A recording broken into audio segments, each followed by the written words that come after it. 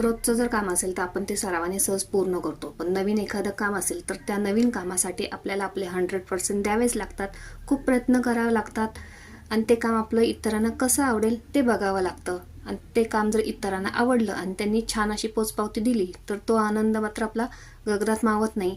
नेहमी केकच्या ऑर्डर्स येतात, पण नेहमी तेच फ्लेवर ठरलेले असतात. आज नवीन फ्लेवर आहे बासुंदी फ्लेवर, त्याच्यासाठी मी व्हॅनिला बेस 1 किलोचा बेक करून घेतला. बाजारातून बासुंदी आणण्यापेक्षा केशर घालून दाटसर अशी घरीच बासुंदी तयार केली.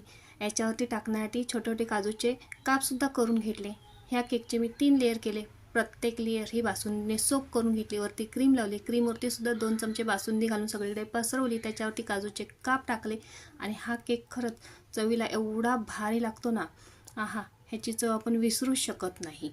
तर चला, इथे केक आपला फायनल होत आलेला आहे. बासुंदी केक तयार झालेला आहे. कशी डिझाईन झाली कमेंट करून नक्की सांगा.